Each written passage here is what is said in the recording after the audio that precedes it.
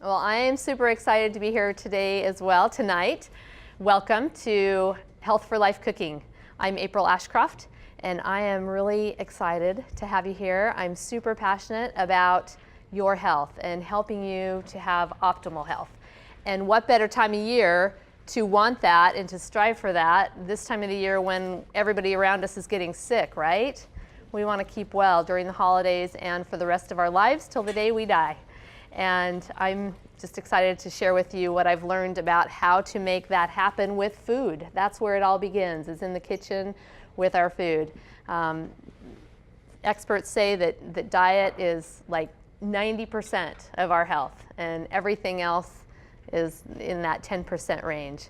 And so it all begins in the kitchen. And I'm just going to brief you just a little bit about myself. I come from a standard American family, eating the standard American diet, and all my family members have gotten the standard American diseases: heart disease, diabetes, cancer. Both my parents died of cancer. All my grandparents, aunts, uncles, all diabetes. We've got kidney failure, and I've watched this over the last, 30, 35, 40 years. Watched this all evolve with my family members, and I decided a long time ago that I wanted to make some different choices that would bring me a different outcome, because I didn't believe that genetics played a role in my disease risk. I felt like I had a choice and I had some things that I could do to change that. And so back 20 years, I learned a lot about nutrition and changed to a whole food plant-based diet pretty much overnight. I was eating a pretty healthy standard American diet. You know, I grew up on whole wheat bread and ate beans, and we had a big garden and all of that. But as all teenagers and young people do, we love our junk food. You know, we love our pizza and our burgers and our French fries and all those kinds of things.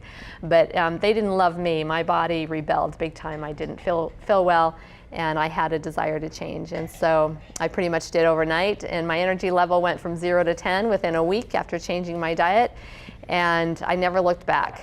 And over the years, I've learned the healing power in plant foods, and how drastically increasing them into your diet can drastically improve your health, increasing longevity, decreasing risk of disease, reversing disease if you have it, and achieving and maintaining your ideal weight. So, and I love food, I love to eat, I love to prepare it, and I love to prepare it for other people. So thank you for coming and letting me be able to fulfill my passion. My helper in the kitchen tonight is Jan. Say hi to Jan. She's going to keep me in line and hopefully help me out and help me serve you guys tonight. So we're doing a holiday menu. This is one of my favorite classes. I love all the holiday foods. I love this time of year as much as I hate the cold. I love the warm coziness of all the foods that come with it, the winter squashes and potatoes and all those things that most people think are fattening because they're carbs. But we love our carbs. Our body's main fuel is carbohydrates. We need to be eating them, and we need to base our diet on them. And so this is a very high carb meal. You're going to have lots of energy tonight and tomorrow morning. I hope you can sleep. So, okay, so we're going to start off with a holiday lentil loaf. And I'm also going to do some festive squashy mashed potatoes. Festive squashy mashed potatoes. God, I'll say that 10 times fast. And with some chicken style gravy, cauliflower gravy. And then on the back of your sheet, your recipe sheet, by the way, did everybody get a recipe sheet? They're just up there by the door. And please, I hope you grabbed a handout while you're at it. There's several up there. And then we're doing a traditional sweet potato pie. I don't know if I promised a pumpkin pie at my last Community Ed, but this is pretty close. I did a class last week for ICL, the Institute of Continued Learning. I did a pumpkin pie, so I thought I'd better do some sweet potato pie this time, which is very similar. So if you really have to have my pumpkin pie and you weren't here, just email me and I'd be happy to send it to you. I'm also going to do a Dixie salad. Who is from St. George and is familiar with a Dixie salad with pomegranates? Okay, I'm going to make that salad for you tonight. That was a classic that I kind of grew up with. So, all right, so I'm just going to get started. And let's see, get my burner going here on the front. So when I start cooking, pretty much the first thing that comes out is an onion. I use onions in pretty much everything I cook. Onions have organosulfur compounds that we need to get in our body to help fight cancer. A large European study involving 10 countries showed that people who ate the most onions had the least cancers of all types. And I have this amazing Vidalia Chop Wizard, or progressive chopper. Does anybody have it? You went and bought it. Okay, I had it at my last class. Meant to bring it tonight. I mean to bring it to every class, but it's home in my sink after I used it to prep for this class. So next time, you got to come to my next class if you want to see that chopper in action. But you can go online, Bed Bath & Beyond, or go online, Progressive Chopper or Chop Wizard, and it's on there, and it's a great little kitchen tool. But we just got an onion to chop tonight, so.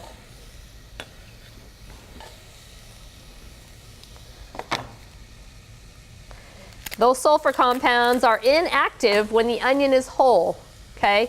You know, it doesn't bother you until you start chopping that up. And as soon as you're chopping it up and you're breaking open the cell wall, you're making those organosulfur compounds much more bioavailable. They start producing more compounds when you chop them. And the more you chop them, the more you chew them, the more benefit they have for your body. And in my pan, I have nothing except for onions. I don't have any oil, I don't have any water, I don't have any kind of liquid of any kind. Not that I'm not going to add some.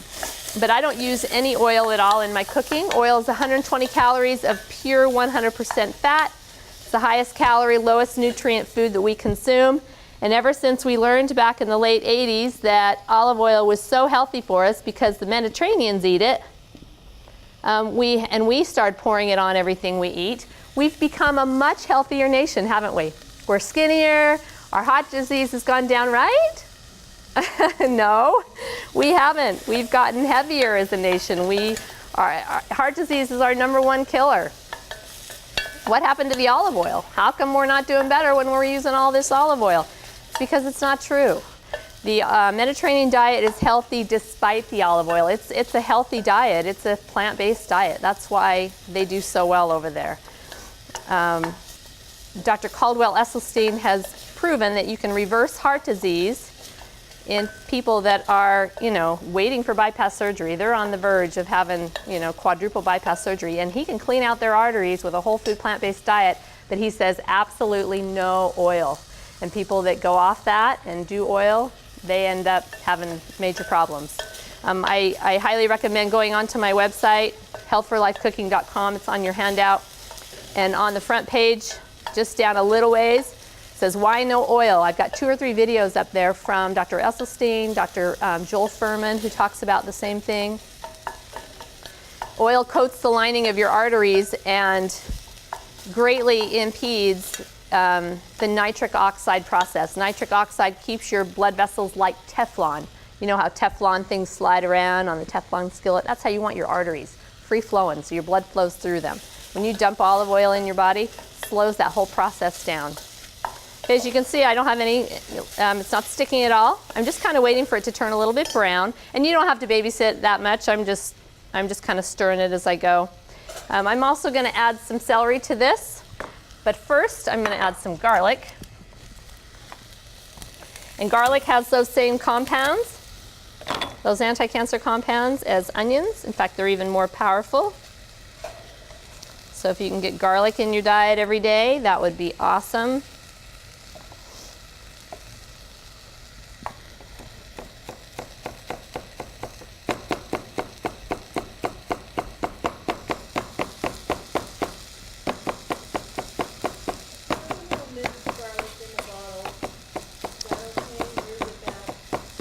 I don't think it's bad. I think it might be old. I don't want to say oxidized, but possibly oxidized. I don't know. I haven't really heard any reports on that, but I'll bet a great resource that I would eventually mention, but I'll mention it right now. Dr. Michael Greger with nutritionfacts.org. He puts up a video every other day for the last 6 or 8 years about the latest in scientific research. There's literally thousands of videos up there about every subject you want to know on nutrition. And I'll bet there's one on there about that bottled garlic. I need to check myself because I'd be curious to know. I think it's probably fine. The nutritional value's probably not as potent, not as powerful. If you can find it in a water base or something like that, I don't know if you buy it in an oil base, that wouldn't be good. But can you buy it in water? Okay. I'm guessing it's probably okay. There's nothing wrong with it anyway. Okay, so it's starting to get just a little bit brown over here on the side, and that's okay. That's starting to kind of caramelize. The sugars are coming out of the onion. So I'm going to go ahead and add a little bit of water, and that's going to loosen up that browning and add a little bit of flavor. Bring that flavor off the bottom of the pan and into our food, which is where we want it. And then I'm going to add some celery. And this is 4 cups of chopped celery. Celery is one of those foods that you can cook and cook and cook, and the nutrient values just get bigger and bigger and bigger the more you cook it. You don't lose anything. Carrots are the same way. Beets are the same way, which surprises me because when you cook them, a lot of the nutrients go into the water, but if you were to drink the water, you'd end up with that anyway. If you were to eat the water, drink the water, have the water in soup, whatever. Okay, we'll let those cook for just a moment. And also another thing what I do when I'm cooking onion is I always like to add some mushrooms. Mushrooms have aromatase inhibitors, and they keep estrogen levels low. They've been shown to decrease a woman's risk of breast cancer by 64%, and it was only one button mushroom, one little white button mushroom. 64% reduction. How many of us, we're all women tonight, how many of you can eat just one a day and make it cooked? You know, even if you don't love them, chop them up super, super fine, and you'll never know what's in there.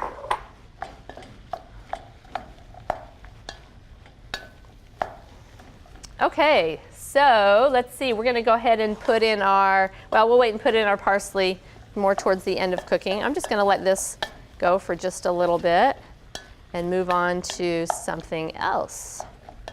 And I'm just curious to know on your fresh garlic, do you refrigerate that or not? Fresh garlic, no, I don't. I just keep it on the counter in a cupboard. Yeah.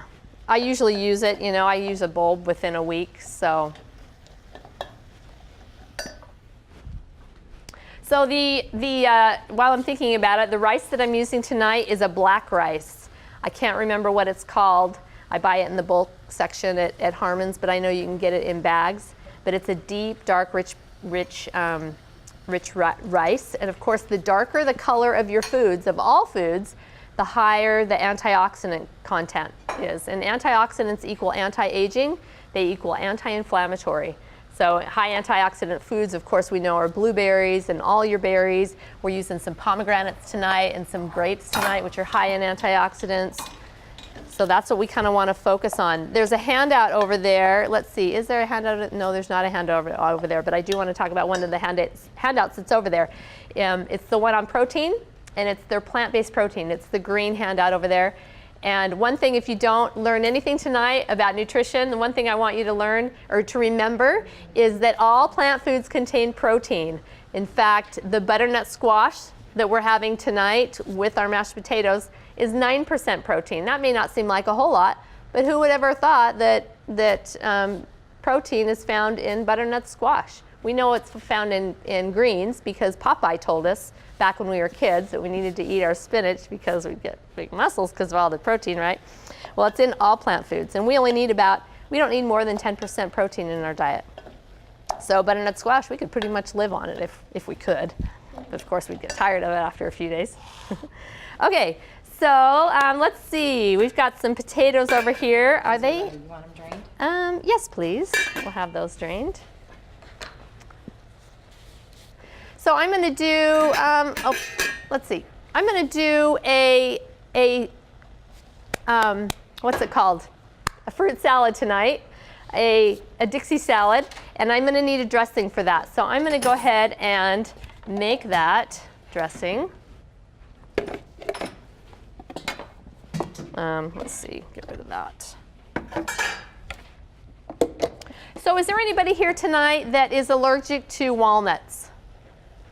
No, okay, so we'll use our walnuts in our fruit salad. Jan, You heard that hint? Okay. Can I pour out some more? Oh yes, please. Just like a quarter cup maybe is all.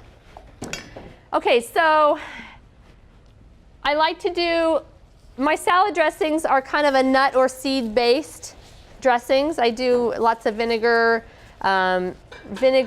dates. Now dates are one of your healthiest sweeteners, and this is kind of in the base of my salad dressing tonight. And what I have here, let's see, is this my dressing for my, no, this is not my dressing for it. This is actually for the pie. We want to go over here. Okay, so our dressing for our salad is going to be a half a cup of cashews. And if you're allergic to cashews or have a problem with that, you can use sunflower seeds or even hemp seeds. What I like to do in place, because sometimes I do have people that need a nut substitute, I'll do half hemp seed and half sunflower seeds, because both seeds have a little bit of a strong flavor. And if you do half of each, it kind of, you don't get such a strong flavor of each, okay? But we're doing cashews tonight because we can splurge on holidays, right? We've got a half a cup of cashews and about 3 pitted dates, and these are soaking in some water. Okay, when I soak my nuts and my dates, it's gonna ease the blending, make them blend much creamier. So I'm gonna go ahead and just dump these in my blender. Come on in, ladies. Is that recipe, are you doing the whipped cream recipe? I'm doing, yes, no, I'm actually doing the Dixie salad, and it's just towards the end of the salad. It's the ingredients are right there with the salad. So we're blending the cashews, the dates, and the water, okay? Now this recipe also could be used for a whipped cream, for a pie, or to mix in with any kind of a salad. The whipped cream you're having tonight, though, with the pie, is this whipped cream recipe that's on here where I've added a light colored sweet potato, which cuts the fat greatly, of course. But I am gonna do this one for the salad. But again, you can do a whipped cream that's just cashews and dates. I've done that before. That's a really rich, creamy, delicious whipped cream. So we'll go ahead and just blend that. Super simple.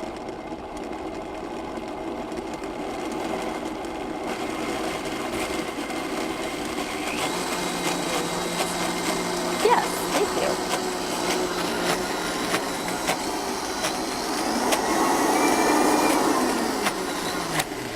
And then I've got a little handy little tool, because when you blend stuff like that, not very much quantity, and even when you have a lot in there, sometimes it splatters up in the bowl. So I like to get one of these little jobbers here and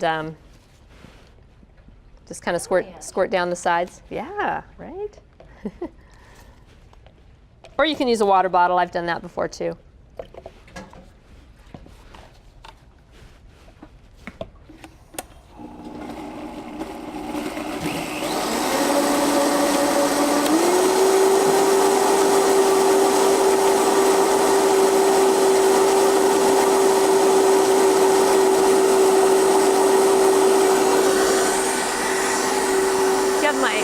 Oh, the lid. We put the lid on that.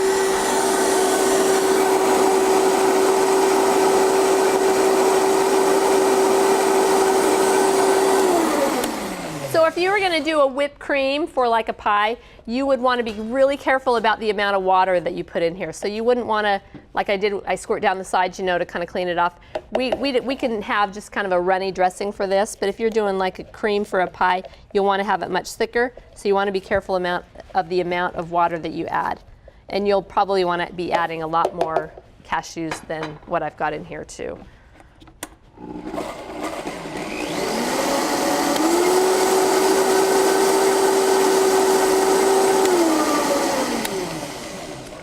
Okay, so to my fruit salad, I'm just going to stir my veggies here for a second. They're looking like they're getting pretty close to being done.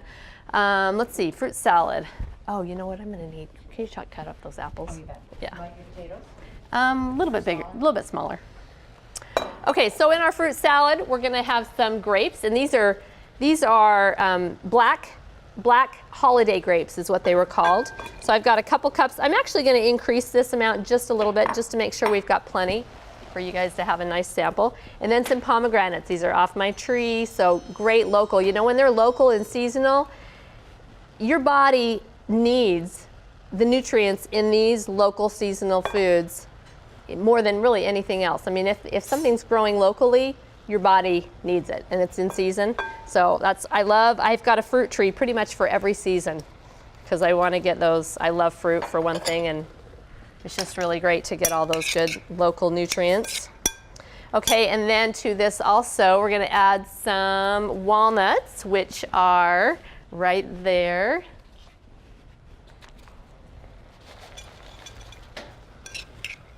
And I'm going to add some apple to this as soon as Jan gets it cut up. Let's see, what else do we have in here? Pomegranates, apples, grapes, and the walnuts, and then we'll put the dressing on. So I'm just going to set this off to the side till we get our apples, and we'll mix that in along with our dressing.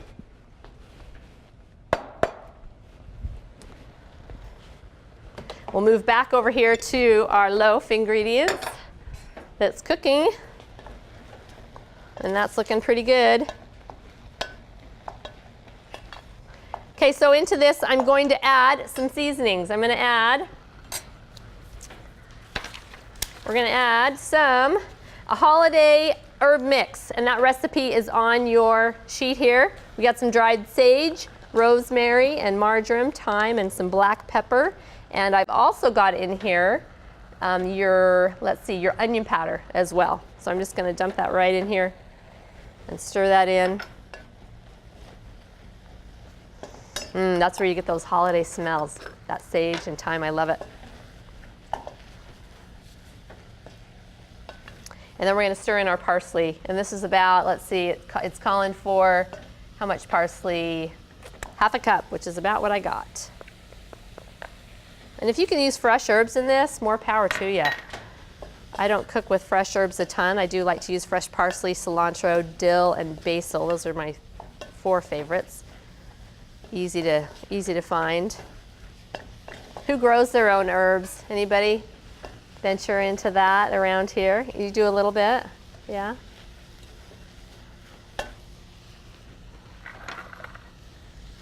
Okay. All right, so once this is done, I'm just going to turn that off. Oops. And get my bowl. And we're just going to add it right into our bowl here. Oops.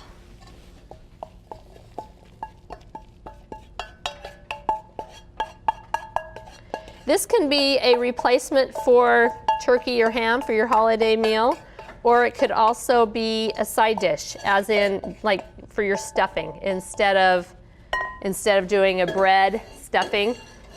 Not sure how my family would go for that, having a lentil stuffing instead of a bread stuffing, but it has all the flavors of stuffing and it's much healthier. So we're using this black rice, so I'm just going to mix that in, 3 cups of black rice. And you can use regular long grain rice if you want. Or you could use a mixed, any kind of wild rice would be great. I just love the color and the richness of this black rice. And then we're also going to use some lentils. This is 3 cups of cooked lentils. I just cooked these ahead of time. One of the, a big lifesaver with cooking like this, people often will say it just takes too much time. I'm too much time in the kitchen cooking with, all these plant foods, chopping all this stuff. And a lot of it is just pre-planning.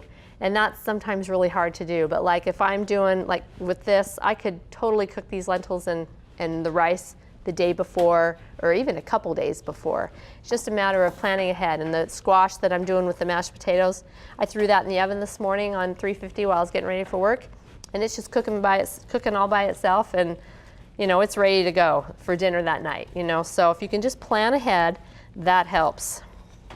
Okay, so we're just going to stir in our oats, a half a cup of oats, and this is just going to give it some stickiness.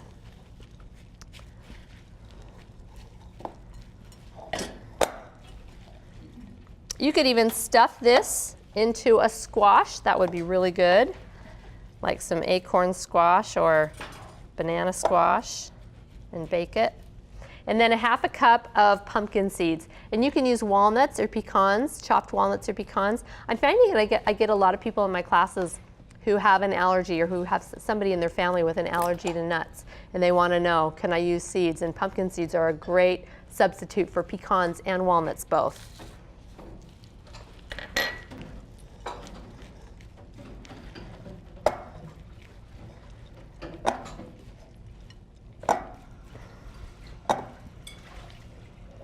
All right. Okay, to this, I'm going to add 2 tablespoons of balsamic vinegar.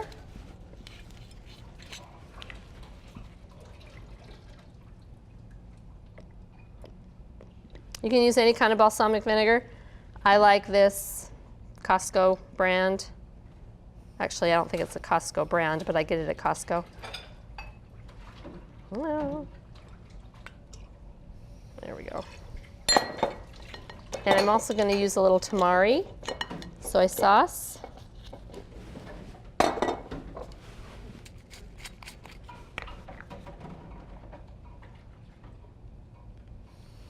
Three tablespoons of it.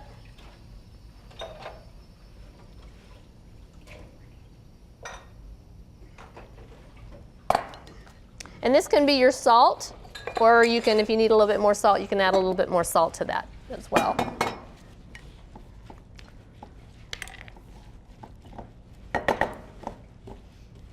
Okay, and then I'm going to get my pastry cutter. Much better use for a pastry cutter than pastries. Okay? So I'm just going to smash all of this together to get it a little bit sticky. Oops. So lentils are a legume. They're in the legume family. Beans, peas, and lentils. Beans, peas, and lentils increase fat burning and reduce fat storage after a meal. I think we all would like a little bit of that, right? They help to decrease your desire for sweets. They're very filling. They feed your gut bacteria, your microbiome. They're like a probiotic. They're like a prebiotic and a probiotic. Well, they're a prebiotic because they feed your gut bacteria. Your gut bacteria's favorite food is fiber, and the best place to find fiber is, one of the best places is in beans. Beans, peas, and lentils. They contain resistant starch, and that resistant starch resists digestion, normal digestion. It's digested in the large intestine, goes down there and feeds that gut bacteria. It changes to butyrate, which is a fatty acid. Beans will lower cholesterol and blood pressure right at the same time. There's no pill that will do that. In fact, there's no pill of any kind, vitamins, minerals, that will feed your body the way whole natural plant foods do. We need to get our nutrients from foods, not out of a bottle.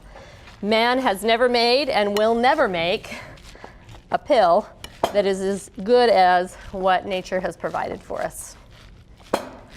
Okay, so what we want is a stickiness to this, and we can just grab a little bunch here and smash it together and see if it's holding, and it's doing a pretty good job. I want to smash that just a little bit more though.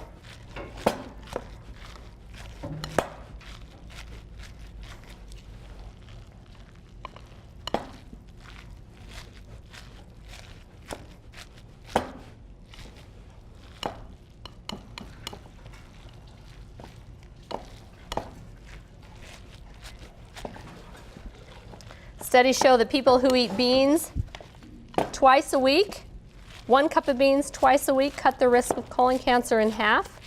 What if we were eating them every day? My favorite nutrition expert, Dr. Joel Fuhrman, he's a board-certified family physician from New Jersey, and he teaches people about a nutritarian diet. It's a diet high in nutrients, and talks about the higher the base your diet on foods that are high in nutrients and low in calorie. And that's beans. All this stuff I'm doing tonight is pretty much low calorie stuff. Okay, so once we have that chopped up to where it's fairly sticky, and that's feeling pretty good, we're just going to put it into a loaf pan. And I'm actually not going to put it in a pan.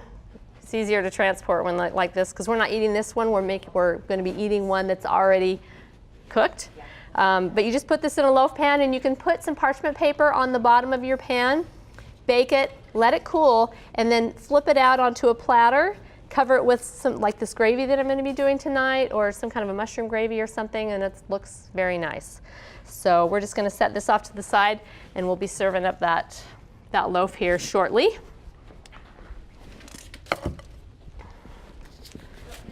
So the black rice, is that just in any grocery store next to regular rice? I mean, is it pretty accessible? You know, I looked for it at Harmon's in like the bagged section where it would be if they sold it that way, and they didn't have it. It was in their bulk section. So Harmon's has it in their bulk section. I'm guessing any grocery store, most grocery stores, I know Smith's has a bulk food section. They probably carry it. You can buy wild rice, bags of wild rice at Natural Grocer.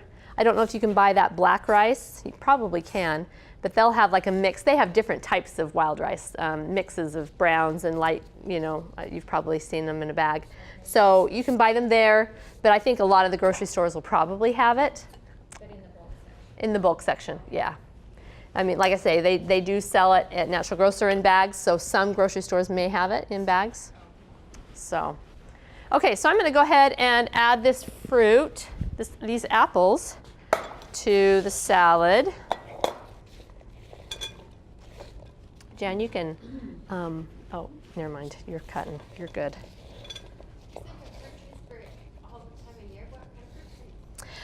I've got, okay, this time of year I've got pomegranates, and then, well, I guess not every month of the year. I lied. So I've got apricots and plums. They come on like early. And then I've got a grapevine. I've got figs that come in like July, August. What else? Oh, nectarine that comes on even later than the figs. They come on kind of towards the end of the figs. And I think that's it. But it seems like this summer I had something from pretty much, let's see, my apricots came on like the 1st of June, I think. I had fruit clear to, well, I still have. I think I've had fruit ever since, pretty much. There might have been a little span between my nectarines and the pomegranates. There was probably a month there where I didn't have anything. You don't have a peach? I don't have a peach. I like nectarines better. And I think nectarines are a little bit easier to grow.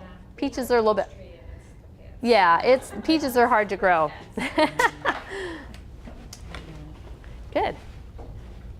Okay, so I'm just going to pour this dressing. You can take this and just, I'll probably need my knife again maybe though.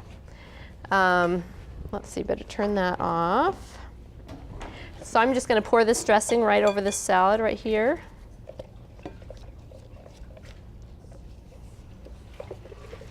I'd like to be able to grow some oranges. I have a friend who has a greenhouse and he's trying to grow oranges.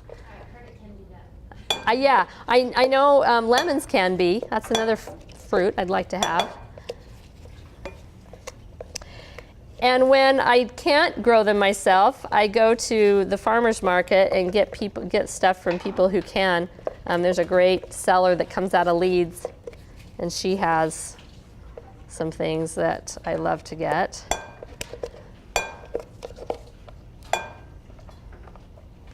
Okay.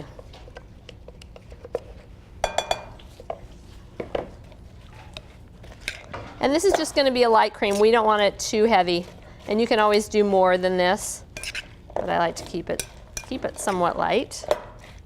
You could even do some cranberries in this. Cranberries would be really good. I love the tart of cranberries. And when you're mixing it with all this sweet fruit and putting that sweet dressing on, it would take away from the tart of the cranberries.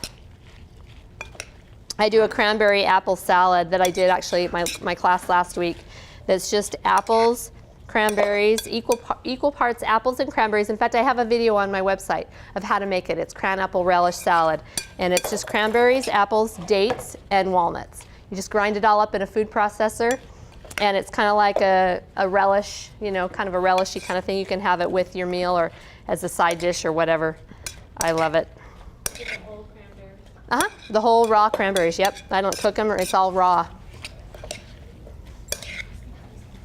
Okay. Can you just, when you buy dates, how are they coming pitted or are they coming in You can buy them, like Costco has them in a tub right now. They have the Deglet Nor pitted date, and they're pitted. They're a smaller date about the size of my thumb. And then they also have the Medjool, which is in a more square container, and it's in the produce section. And it's bigger, it's about double the size, and it's more plump, and they have a pit in them. They're a little more expensive. They're really good, but they're so expensive I don't want to blend them. I like to use them for, just to eat if I were to buy them. So you probably do get the pitted. I do get the pitted, just because it's so much easier to use this way. I wouldn't use nearly as much if I had to pit them all. And so I should probably buy the pitted so I don't use them as much. Okay. They're just in their real form. They're not dried or anything. Right. Okay. Right. Okay, so there's our fruit salad. It's beautiful, and I can't wait to try it. So we'll set it back here. We'll do the loaf first. So in fact, if you want, I'm going to do the potatoes. So if you want to start with the Well, it's all cut. It's just ready to scoop. Okay. Okay, so our potatoes. I've got 4 pounds of Yukon Gold potatoes right here. And what I'm going to do with these is I'm going to just smash in some squash. This is a super, super easy recipe. This is butternut squash. And on your recipe sheet it says 2 10-ounce packages of frozen squash.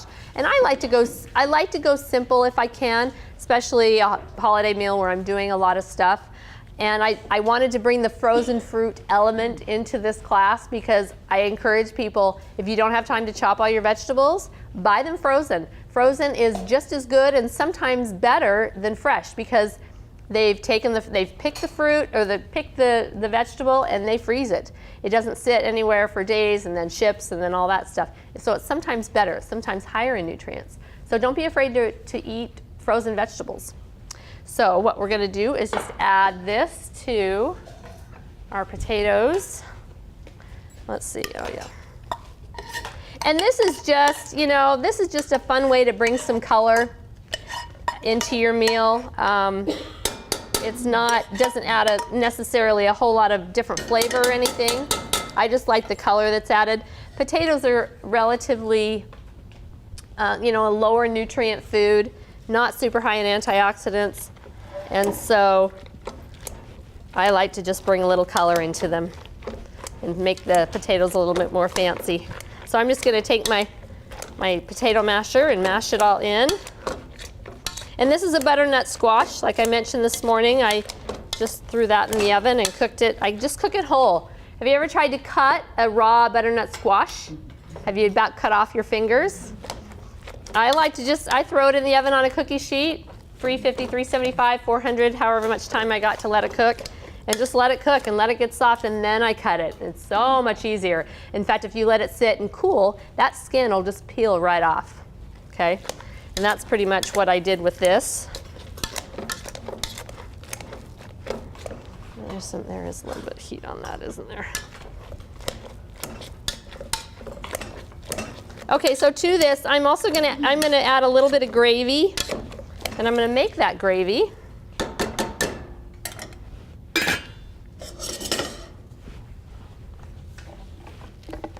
This is going to be a cauliflower gravy. I did cauliflower mashed potatoes at my last class, but I'm going to show you a cauliflower gravy here that's super simple. We don't need to use any cornstarch because the cauliflower is going to add thickness to your gravy.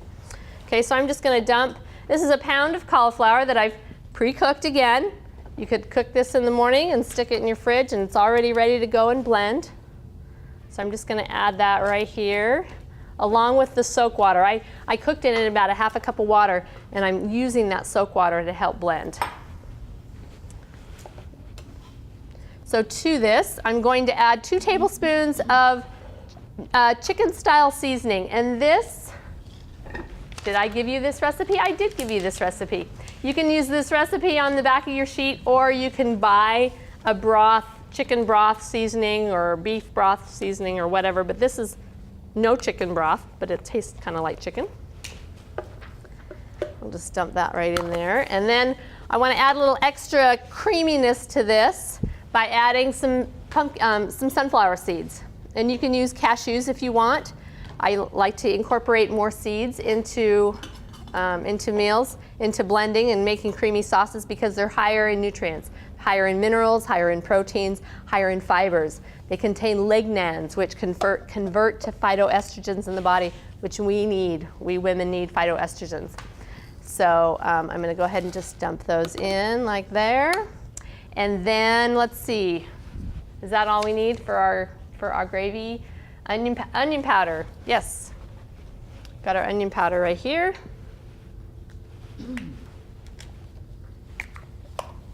And then I'm going to go ahead and blend. Oh, wrong one.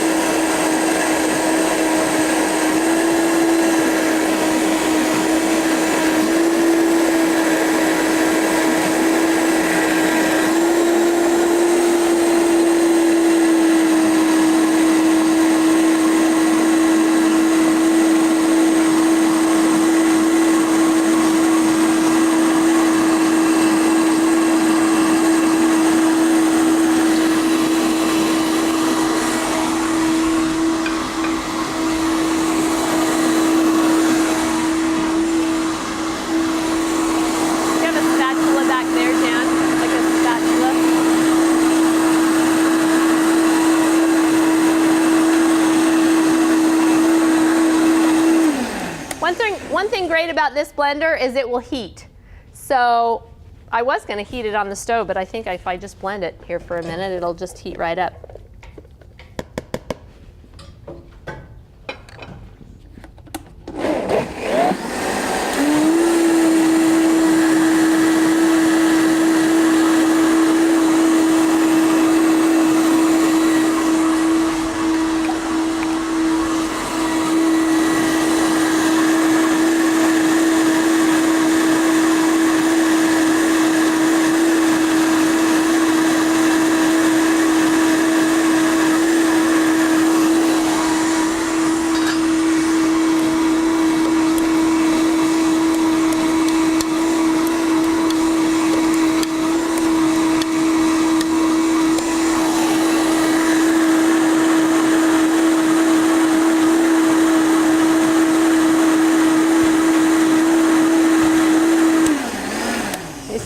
Coming out of there.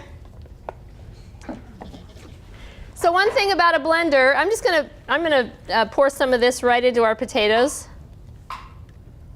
See how thick that is, thick and nice that is.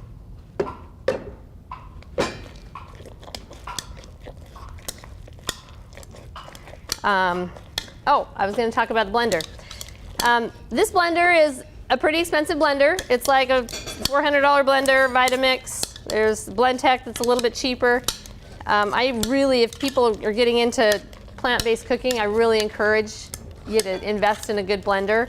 It's a major appliance. I use it more than any other appliance in my kitchen. It's well worth it. This thing's about 17 or 18 years old. Haven't done a thing to this. I've had to buy new canisters, but it's a power horse and it just works awesome. Love it. Okay, I'm going to just get my blenders out here and just blend, do a little blending. I was going to have you do this, but I think I'll just, no, that's okay. I got it. Just to get these mashed down just a little bit more.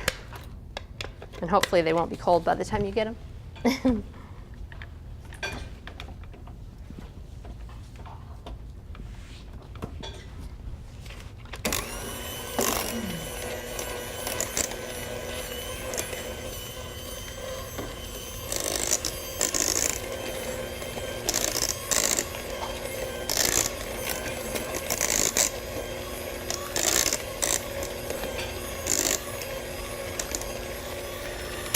Okay.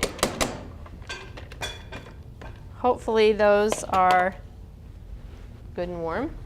I'm going to just set that right there. Jen, do you want to serve up the potatoes? In fact, I can probably help you. Aren't those beautiful? They just adds a nice color to them. Not so much flavor. But speaking of flavor, I'm going to add just a little bit of salt. And we'll put just a little bit of, just a little spoonful of gravy on each of your plates as well. Okay.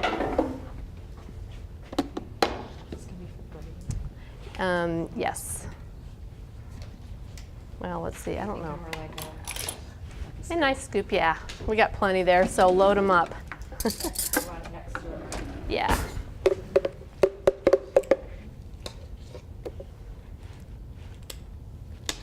Looks delicious.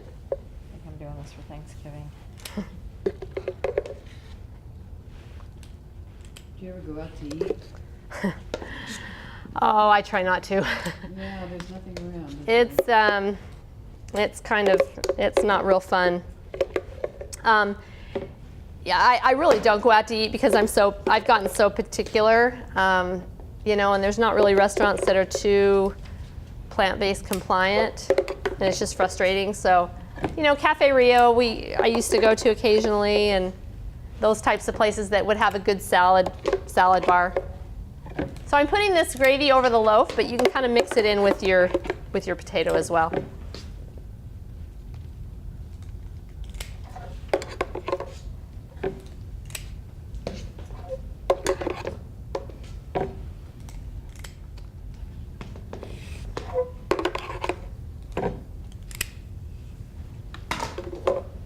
Okay, we've got a fork there for everybody.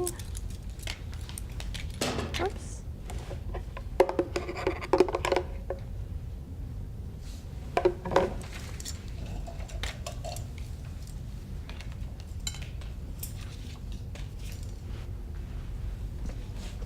You're welcome. Thank you. You're welcome. Maybe I'll get going on the pie. Okay, so we'll go ahead and get some pie going so you have some dessert. And I think she's got the salad back here too. We'll get that out to you. I have a question on the herb mix. Yes. When you say dried, do you buy it dried, whole dried? Like you're not buying I'm drying dried herbs. your, okay. Yeah. Yep. And where do you buy those? I buy those at, I get them different places. I'll get them at Natural Grocer. They have them in packages, And then I'll also get them through a place called Azure Standard, AZURE standard.com. It's a co-op out of Washington, and they come down once every month. And I can buy them by the pound, and they're relatively a little bit cheaper that way. She already delivered some. And yeah, that's a good place to get herbs, spices. And a lot of it's organic quality.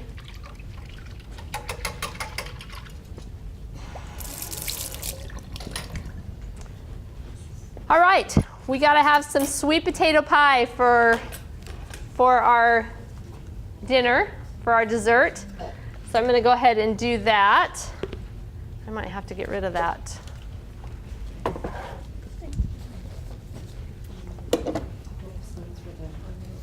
Oh, just forks, yeah. So we need a crust for our pie, and I like to do a nut-based crust instead of your flour-based crust, and this is like nuts and oats together. So I'm going to start off with a cup of raw pecans, and you can use walnuts. Pecans are preferred for a crust. You can use almonds as well. Let's see. I'm going to just okay. And then I'm going to use a cup of oats. These are just rolled oats. And then we want some spices. I've just got some cinnamon and nutmeg. 1.5 teaspoons of cinnamon and 1/2 teaspoon of nutmeg. No, I don't want that in there. I want that in my pie. Okay, never mind. The pie that we're having tonight is already done, so this will be okay. So I just put my spices in my crust. But that's okay, because I've done that before, actually. Have you ever put spice in crust? It's really good. It adds a niceness to your crust. So I didn't really do that. Okay, so I'm going to go ahead and grind this up. Whoops, we need to plug that in.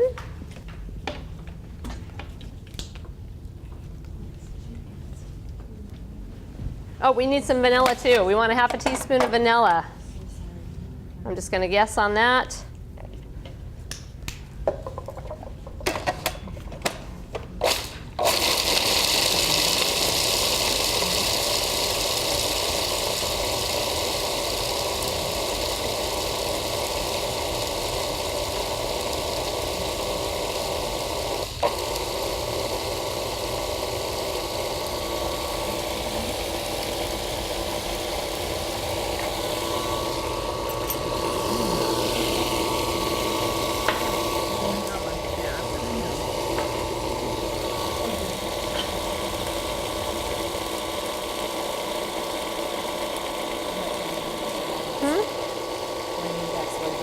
Oh, oh shoot.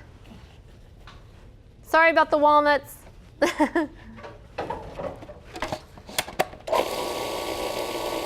So what we're looking for in our crust is, with our nuts and our oats, is for it to become a little bit sticky. We want to be able to press this in the bottom of our pie pan. And how we test for that is just taking out a little clump and pressing it in between our fingers, and if it sticks together, then it's going to be good. So I'm going to go ahead and just use this. Now I forgot to bring my pie pan tonight, so I'm using this type of a pan, and I often actually will put it in this type of a pan because I think it's much easier to serve at like a potluck, or where you're wanting to get more than like 6 pieces out of it. You know, you want little smaller pieces. Plus, I just think the pie shape and serving, that's so annoying. Who agrees with me that a pie is annoying to try to serve? I don't know. So anyway.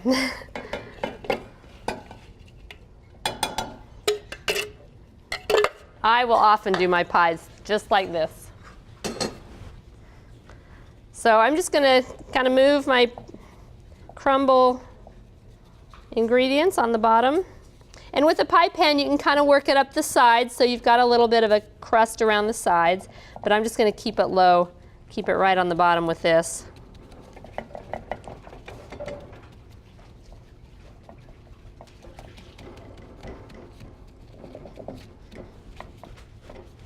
And that's about the perfect amount. And you could, with a lot of the pies that I do a lot of fruit pies. You can do this crust for any type of pie that you're doing. My fruit pies, I will blend, I'll just use like 6 cups of fruit, blend one of those cups with some dates to sweeten, and the dates help to thicken it and make like a sauce, and then you pour it over your fruit, and you just add it to this. And it's a raw pie with this raw crust. And I was going to say, when I do those, I usually reserve a little bit of the crust ingredients, so I'll make a little bit more and sprinkle that over the top. So you could even do that with this pie. You could do just a little bit more date, maybe use another 1/4 cup of pecans or nuts, and reserve part of that, a little bit of it, and sprinkle it over the top just to make it look nice. Okay, so see, nice, easy, super easy crust, super easy compared to the type that you have to roll out, you know, and fit just right and all that. No fun there. Okay, so our inside portion of our pie is going to be cashews and dates soaked. Actually, no, this is what is this? I got 2. This is, what's that? My whipped cream. This is not my whipped cream. The whipped cream's going to go on the pie. You've got your recipe for my whipped cream, and I'm not actually going to make that. I'm not demoing that, because that's just basically a blender deal. You just put everything in the blender and blend it up. Of course, we do this with this as well. But this sweet potato pie, this is 10 dates and 1/2 cup of almond milk, okay? And this almond milk I made myself. It's super easy. I just soak about 1/2 cup of almonds and blend it with a couple cups of water. And if you're going to drink a milk like almond milk, you're going to want to strain it probably, but I don't ever drink my almond milk. I don't have a need to drink milk. We really don't need to drink anything but water.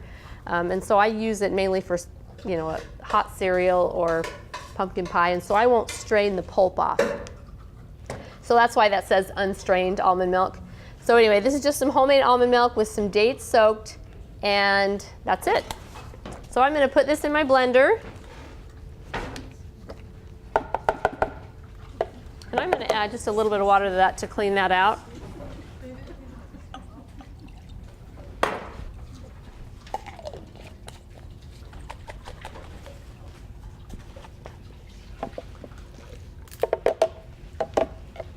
And then to this, I've got my sweet potato that's already cooked. This is 2 cups of sweet potato. And I'm just going to put, normally when I do this, I will blend just half of it and then stir in or mix in the other half, because I like a little bit of texture. A friend of mine that comes from the South, she says real sweet potato pie has chunky little bits of sweet potato in it. Is that true? You're nodding your head. I kind of like both. I like a creamy pie or with the chunky, but because I want to keep it kind of traditional, that's what I was doing. It was, just kind of stir it with a good arm or some beaters, blending it in, mixing it in. But right now I'm just going to blend part of it.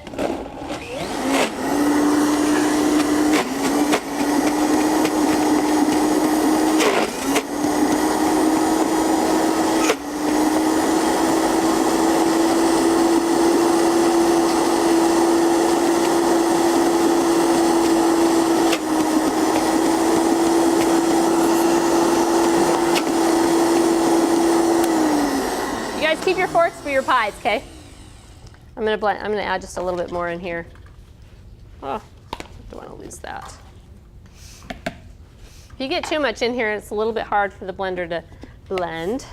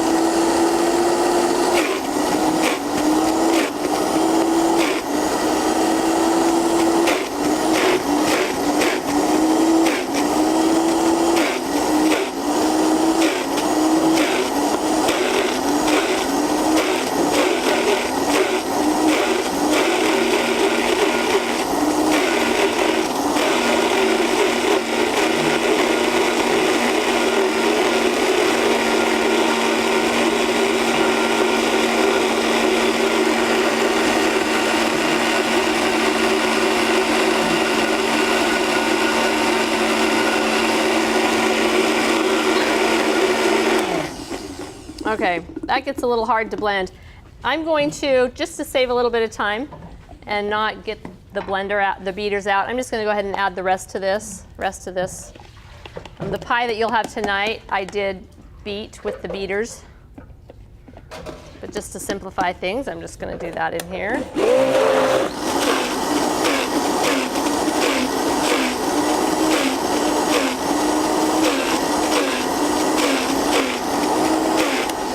And you could also do this in a food processor if you wanted. Okay, so that is it with that. I'm going to go ahead and just add this. So normally I would put my seasonings, my spices, my cinnamon and nutmeg and whatever else, other seasonings you want to put in there. But since I put that in the crust, we will do without tonight.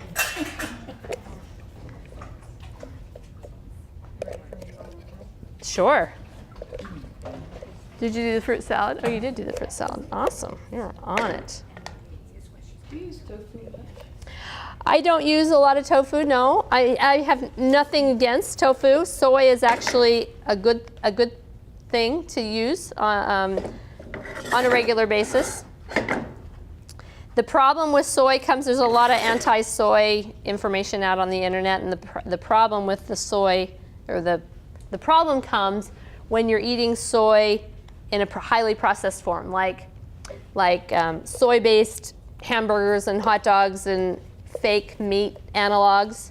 That's where the problem comes, because it's using isolated soy protein, which raises IGF-1 levels in the blood. It's so much like animal protein that it raises IGF levels in the blood, and that actually increases risk of cancer.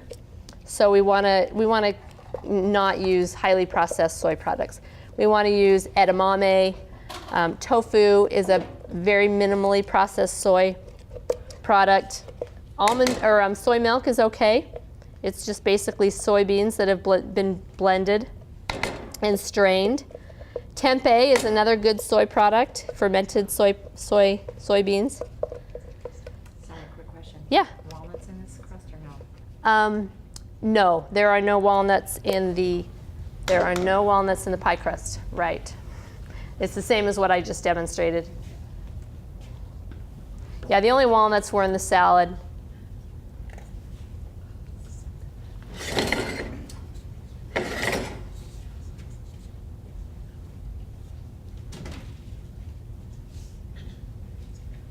Okay, so once we get our pie filled, you could put this in the fridge and probably eat it raw if you want. Well, of course, the pumpkin's not raw. The sweet potatoes are not raw. This isn't pumpkin, this is sweet potato pie. The sweet potatoes aren't raw, but you could just probably eat it without baking it. But of course, the baking it is going to help to kind of firm it up a little bit. That's mainly the only reason you bake it, is because it'll help to firm it up just a little bit. And as you can see, you only bake it for about 30 minutes. And what I found is I'll just turn the oven off and leave it in the oven and let it kind of dry out a little bit more. And that way, it gives you a little bit heavier texture. And as you see, it's a pretty rich, heavy texture. It's not real light like a lot of your cream pies are.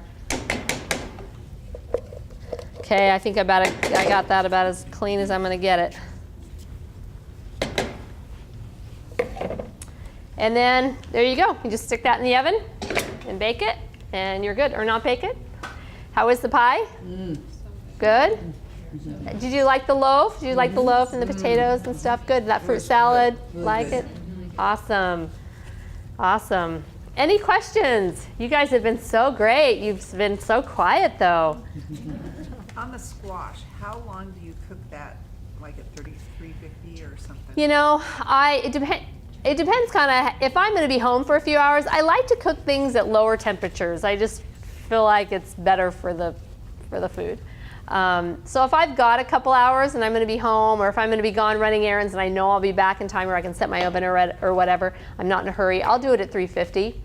But if I'm kind of in a hurry, I'll do like 375 or 400 on the squash and the sweet potatoes as well. So 400 is the maximum. So 350 for a couple hours. 375 for like an hour and a half, 400 closer to an hour, hour and 15. And again, it depends on the size of the squash too. It kind of varies. I have a hard time figuring out a specific time because it seems like every time I cook it, it's a little bit different. In fact, I'll check the end with the seeds in it, and it'll be soft, but yet the other part of the squash will be still a little bit firm. So I have to get the seed part really super soft to get the other part soft. Anyway. So that's how you test when you can take it out? Yeah, I touch it, I squeeze it, or get a knife and puncture it and see how easy it goes into and test it that way. Yep.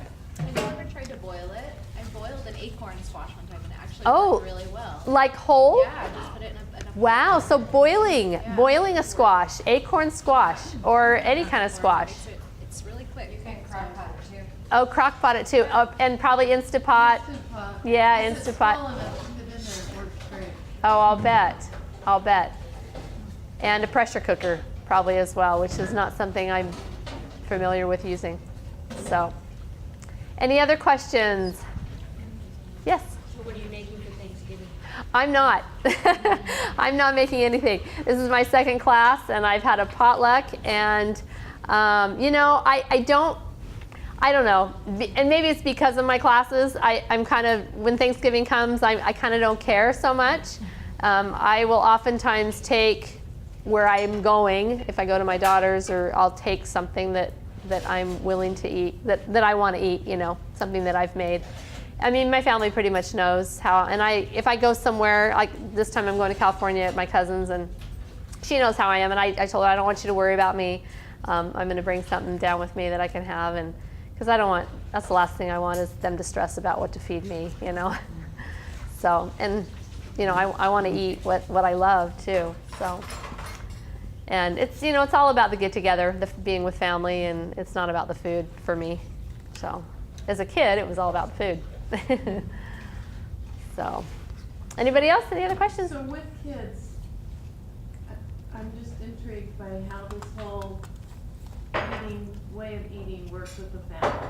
It's very hard with kids. I married my husband when I was 30. He had 3 girls. I don't have any kids of my own. He had 3 daughters.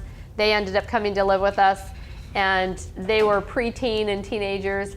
And you know, I told him, this is how I cook, so this is, you know, take it or leave it kind of thing. A little bit harder for them, although I was kind of that way with them as well. You know, they were old enough to where they could, the 2 older ones anyway, could walk down to Taco Bell and get a burrito if they wanted. But they were pretty good. I mean, I tried to make things, you know, Mexican food was definitely a staple. They liked Mexican food. You know, I'd make soups, and they were pretty good to eat some of it. But they got school lunch, and they had friends. They'd go to their friend's house, you know. It wasn't too hard for me, but I know with people with little kids, trying to raise them, trying to switch them is hard. And I just say, you know, just try to incorporate. You know what I do when my grandkids, I got grandkids now, and when they come over, I'll make like an enchilada casserole. Again, Mexican is my standard for family.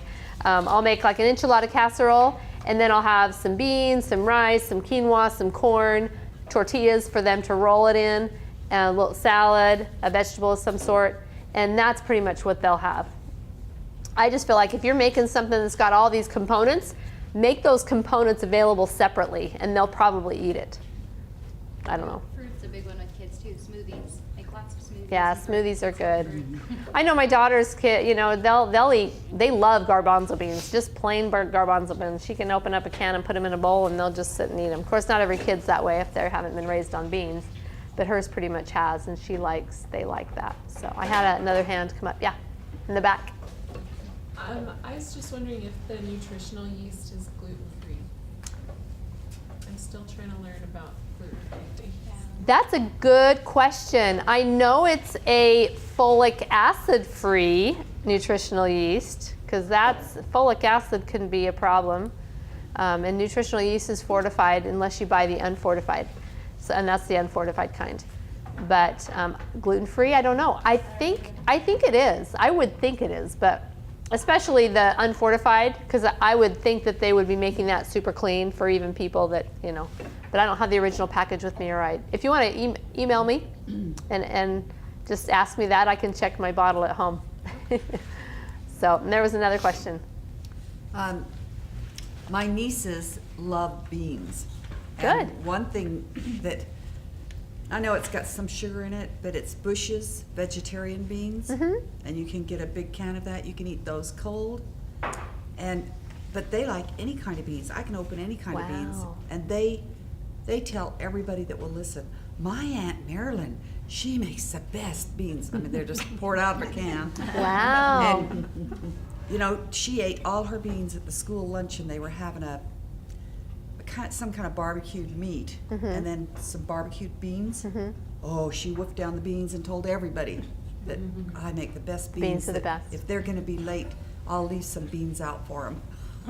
I mean, they don't talk about candy or anything. It's beans. Wow, that's They're not awesome. big on salads, but they eat the beans. That's awesome. And beans are a really great complete food. I mean, have you guys heard of the blue zones? They're the longest lived people on the planet. They're the five populations that live to be 100 and over. And they don't just live, they thrive. And their diet's a plant-based diet, like at least 90%. Okinawans are like 96%. And the main protein is beans. You know, you got Japanese, you got the soybean, Costa Rica is your black beans, and Mediterranean lentils, and so that's their main source of protein. So they're, you know, that's a great staple. If you can get your kids to eat beans, you're in pretty good shape. I know the vegetables are important as well, but yeah, beans are a great food. So some people, or most people, anyway, when I have this, because I love beans and I cook with them, but when I talk to other people, the conversation turns to gas when you eat beans. Right, is that not right? Right. So is there, I mean, is there a method to it, or? Well, how- the problem with that is because they're not eating enough of them. Oh. But you don't want to start out eating a lot of them because you have a problem. So what you do is you start very small. I mean, the research is showing that just a couple of tablespoons of beans a day have significant benefits at lowering I think it was blood pressure, like 8% lower blood pressure with just a couple of tablespoons a day. So you're gradually incorporating, gradually feeding. It's your gut bacteria. I mean, that's evidence that it's doing something to your gut, and it's doing good things for your gut. It might not feel so good, but that's why you just cut back. So if you're having a problem eating beans, just add a tablespoon to your salad or to your soup or whatever that you're having as your main dish. And then in 2 weeks or a month, add 2 tablespoons. And just gradually add them in. And do a little bit every day, because that's going to gradually build up that bacteria and help So you. you have to be consistent. You be consistent doing, because if you do it for a while, but then you don't, then you start Right. back over. Yep. Right, okay, Yep. well, that's what I. It's kinda like- I just didn't know what to tell people. They're like, yeah, well, I don't do beans. Yeah. I'm like, well, I don't, like, I do beans. Yeah. Yeah, no, it's kind of like working out. You're working out your gut, really, is what you are. And if you go work it out too hard, the first time you're going to be sore and you're going to have pain. But if you just gradually do a little bit and just gradually increase, you're going to build up that bacteria.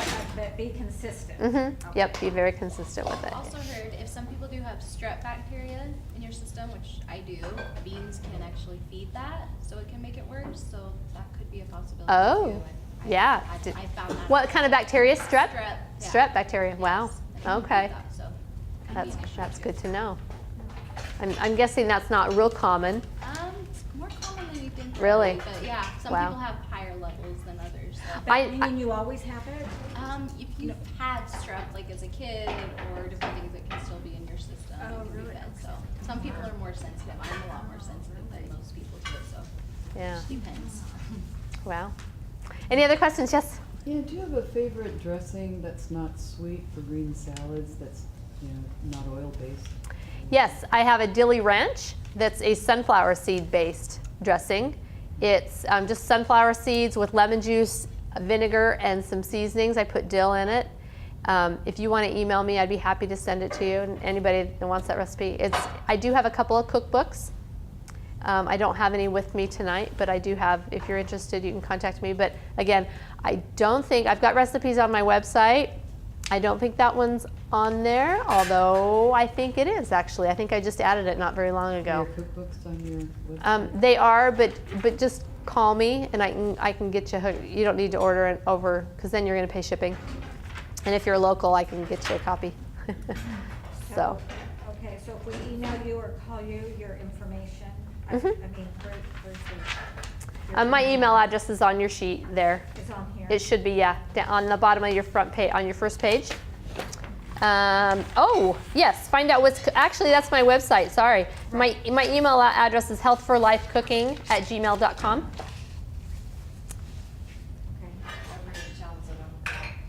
Oh yes, number 4. Also, do you like avocados? Do you use them? I love avocados and I use them. Avocados are nature's butter. Yes. Spread them on toast. I mash them up and mix them into cooked vegetables, which a lot of people have never tried, but that's delicious that way as well. But you don't want to cook it. You take your steamed vegetables off, mash up the avocado, stir it into your steamed vegetables. So good, so good. And even ground up nuts or seeds. I like to ground up pumpkin seeds or sunflower seeds and sprinkle them over steamed vegetables, and that's really good. That's add some great minerals. And when you add fats to your vegetables, you increase the absorption of the nutrients in those vegetables by up to 10 times. So you don't want to eat fat-free, you want to eat some fats. Whole food fats, nuts, seeds, avocados. No oils, no processed oils. So. So I know that you talked about just eating plant food is good for your general health. Do you teach or do you have specific plants for specific illnesses or diseases that you have? I mean, do you match one up with the other, or you're just like the overall? overall, across the board, a whole food plant-based diet will help everything and could cure many things. Like in fact, so quickly with like high blood pressure, diabetes, you got to work with your doctor because within a week, you know, you could be on too much medication. So if you've got diabetes and you want to switch, and I encourage people, you know, if you've got diabetes or heart disease and you want to give this a try, go 100%. Jump right in, get with your doctor, say I'm doing this, and you'll be able to cut back on your medications. Type 1, no. Diabetic, no. But type 2, I know people that are completely off medications after being on them for a while. So again, work with your doctor on that. But yeah, it's good across the board. And then, you know, if you've got, there's some like gut issues, there's nutrient deficiencies in some places, you know, you have to kind of tailor it to you. Once you hit that, you know, if you're doing a plant-based diet and you've done it for a couple months and you're still having problems with this or that, then you go, okay, so what do I need to do now? You know, maybe I'm eating too much fruit. Am I getting too many nuts and seeds in my diet? I just can't quite get my cholesterol down. Maybe I need to cut back on those. Am I eating too much flour products? That's something that I don't talk about a lot, but it's best to use your grains whole, intact. And using a lot of flour products, breads and things like that can slow your progress down with diabetes, blood sugar issues. So you might have to tweak, you know, once you get to. So how do you know how to tweak it? You're just gonna have to figure it out? Yeah, you could. I mean, you can ask me. I mean, I've got like 30 years of experience working with myself, Right. because I've had to tweak over the years, Okay. and also kind of with other people and hearing their experiences. So feel free to email me if you've got some specific questions.